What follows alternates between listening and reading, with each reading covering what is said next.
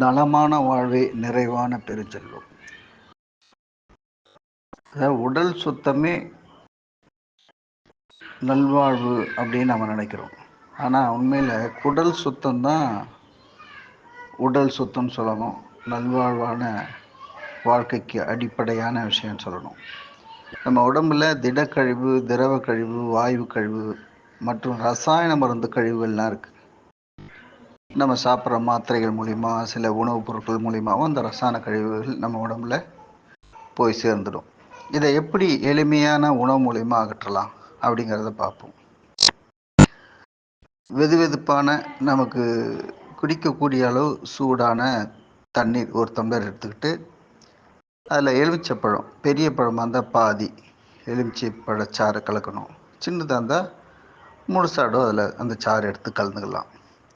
அது கூட ஒரு 3 ஸ்பூன் தேன் கலந்து நல்லா கலக்கிட்டு காலையில் வெறும் வயிற்றில் உணவு சாப்பிட்றதுக்கு முன்னாடி அந்த ஸ்பூனில் எடுத்து மெதுவாக சுவைச்சு சாப்பிட்லாம். நல்லா சுவையாக இருக்கும். இந்த பானம் நல்லா சுவையாக இருக்கும்.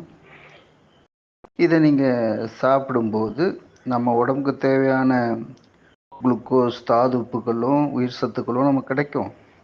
அது மட்டும் இல்லாமல் திடக்கழிவு, திரவ கழிவு, வாயு கழிவு, ரசாயன மருந்து கழிவுகளும் வெளியேறிடும். கூடுதலான செய்தி என்னென்னா, கேன்சர் வராமல் தடுக்கக்கூடிய ஆற்றலும் இந்த பானத்துக்கு இருக்குது.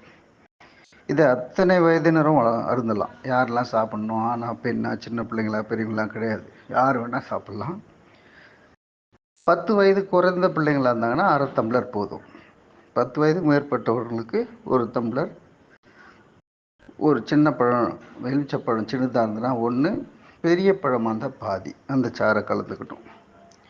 இப்படி இதை தினசரி அல்லது வாய்ப்பு கிடைக்கும் போதெல்லாம் சாப்பிட்டுன்னு சொன்னீங்கன்னா நல்வாழ்வு உங்களோடு நாள்தோறும் நடைபயிலும்.